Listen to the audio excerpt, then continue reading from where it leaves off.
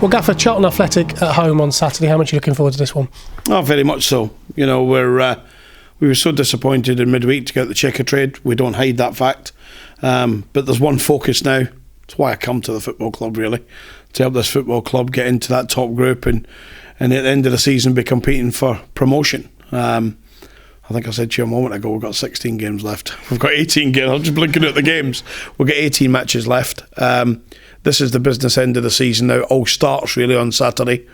Couldn't wish for a better game at the ABAC Stadium with a big crowd, home support and away support, great opposition, good manager.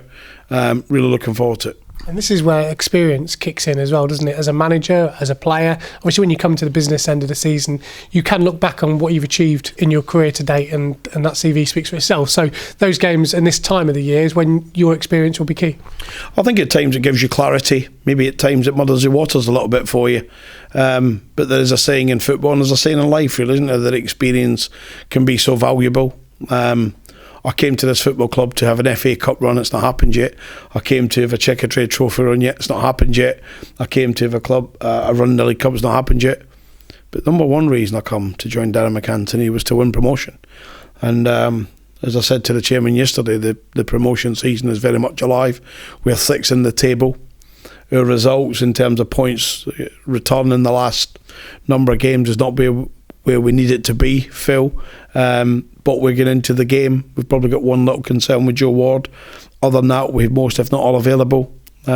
Staff working hard, players working hard, terrific players. We're blessed to work with some days, but now we're looking forward to having a real impact towards the end of the season. When you listen to all the TV pundits talking about the Premier League and the amount of games they've got coming in different competitions, they talk about Liverpool and the Champions League coming up, Man City Champions League coming up, but they've got focuses all over the place. You've just got the league now, haven't you? And when you look at the teams around you, they have got other priorities that you might be looking at. For you, you know what to expect now from these 18 games. Listen, we'd rather have the FA Cup. Of course. We'd rather have the Checker Trade distraction, but we don't have them anymore. There's a lot to be said for being able to go on the training ground and what we hear players in a free week. You hear the top coaches talk about it. You hear them talk about the essentials of international breaks when they come, so people can be freshened up again for the new challenges that lie immediately when they walk back in. We're no different. We're really looking forward to being able to work Monday to Friday. Paul and myself and Mark and the staff here with the players on the training ground. You get so much more out of it rather than spending. It just seems to be. I now know the coach driver more than I know any of my family. You know, because the reality is we have been to Exeter, we have been to Barnsley, Accrington, Middlesbrough, London, Portsmouth. I could keep going. Bristol on Tuesday. But that all goes away soon. It's one a week. So if you are going on that coach for long hauls, it's one a fortnight. It's like the start of the season. The boys they're fresh and hungry, and we've trained really well today. I've got a real buzz, and I'm looking forward to Saturday. And ultimately, it doesn't really matter how you accrue the points, whether it's done in the first half of the season, in the mid part of the season. It's how you accrue them over the course of the season, and with so many points to play for, there's so much still riding on it. I can remember the first time I spoke to the chairman in all seriousness about me coming in. And he said what I was aiming to do, and one, we had maximum of 2 transfer windows to put in the top group, and they've been trying for 5 years. 10 windows, and it was never achieved. And I said it's, in the words of a great chairman that I worked for before, it's a marathon, it's not a sprint, never will be a sprint. I said at top of the league back in August, I said don't look at it, look at the points at the end. It's all that matters in the last Saturday of the season when the referee blows at 7:30 at night because it's later kickoffs wherever we are, and we'll be at the backs. When it's blown for time up, then where are you? Are you in that top group? Are you in the top 2? Do you go automatic? Or are you fighting for a place in the championship via the playoffs? I know what will happen if we get into the playoffs. I know what will happen. We'll win them. And even when, as you say, you at the start of the season, when you were accruing all those points, you were very level-headed. You weren't getting carried away. Some managers can say it, but actually you were quite level-headed at the time. And you said that it doesn't really matter what happens here; it's what happens at the back end of the season. And you're as level-headed now as you were back then. So I think we all need to just calm down a little bit. Nobody more than me. I think we just need a real focus. We need to focus on ourselves, not anyone else, not opposition. Focus on what we do, not match officials. Leave them alone. I've never questioned their integrity and their honesty. It's whatever's been reported. I've never done that, and I never would. They'll get on with their bits. We just focus on our group, focus on the training ground. Let's work hard. Let our supporters continue to dream. If we can really make a mark in this promotion race and cement ourselves in this top 6, I'm telling the Posh fans now, I live in this city, I've lived in it for 30 years. You put Evans and Posh in the playoffs, you're going to enjoy it. Obviously got Ryan Tafazoli missing for 3 matches, obviously because of the appeal that was rejected by the FA. I guess you've got options in that particular area of the pitch, with Jason Naismith doing well at centre-half when he played, although, as you said in an interview with BBC Radio Cambridge, he looked really attacking full-back at Portsmouth, and obviously you've got Ben White there as well. Yeah, and Reece Bennett. Yeah, we're disappointed that Ryan appeal was rejected by the Football Association. I think they've still got it wrong. I think the referee got it wrong. They've got it wrong. But I never forget to respect their right to make the decision, the right of the integrity behind the decision. I don't dispute that either.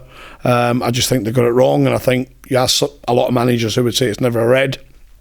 But that decision has been upheld, so we have to move on from that. We've got good options. I think young Ben White will be, I've said it, I think he'll go on and play in the Brighton first team, which we know the levels they're at. I think Jason Naismith is commendable, can play there. He was excellent at full-back, more like a winger down at Portsmouth in the second half. And Reece Bennett, for me, particularly in certain spells in the Portsmouth game, was very, very good and demonstrated with his performance rather than his mouth when he's been left out of the team how much he wants to get back in. So we've got good options there, good options all over the pitch. We'll have a good support. They'll have a good support. I said it before now, Phil, there'll be a brilliant atmosphere. Come on, Posh, let's win a home game and really attack this end of the season. And sometimes people don't know from the outside looking in about situations that happen on the training pitch. You've spoken at length about Matt Godden and probably not being anywhere near 100% fit. Is he getting closer to that now to give you a real option in attack? Yeah, Matty was one of the players that I was really keen to work with, and our chairman once again opened his back pocket and got the money out and done the deal, and we're thankful to our chairman. But he brought Matty in, he was on fire, absolute fire.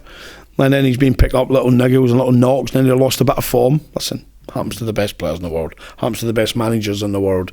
Pep Guardiola certainly no favourite to win the Premier League, and nobody would have said that a year ago. But forgetting all that, then Matty's gone out, and then he picked up a little knock. He actually kicked his own ankle, and he's been trying to put it off and trying to, like Matty does, going out every day, and he's rolled it a few times. So the decision came. I made the decision, 10 days off it, let's get it better. Let's get you feeling right, which you did. We got a little painkilling injection in there the evening we got back from Luton. He come into the reserve again on Monday and said it's felt nothing like this since the start of the season. Brillient now, like it was at the start of the season. He was excellent at the reserve game. He's fit now and available for the first time in weeks and weeks, and his performance and training today has just lifted our eyebrows. And then the way that Matty plays as well, he needs to be 100% fit, doesn't he? He's that kind of striker. He's that kind of striker that his movement is clever. He'll always miss chances, Matty, because he gets so many of them, because his movement's clever. We've got players that can put it on a toadstool now from. So he's a big option, but Ivan's a top goal scorer in the football club. I thought he was unlucky the other night. I thought he led the line at times with real expertise, although he got a little bit frustrated and probably took on a few little strikes at goal that another day he'd probably stick him to a wide play and get in the box. But that's what strikers do when they're trying to win you a game.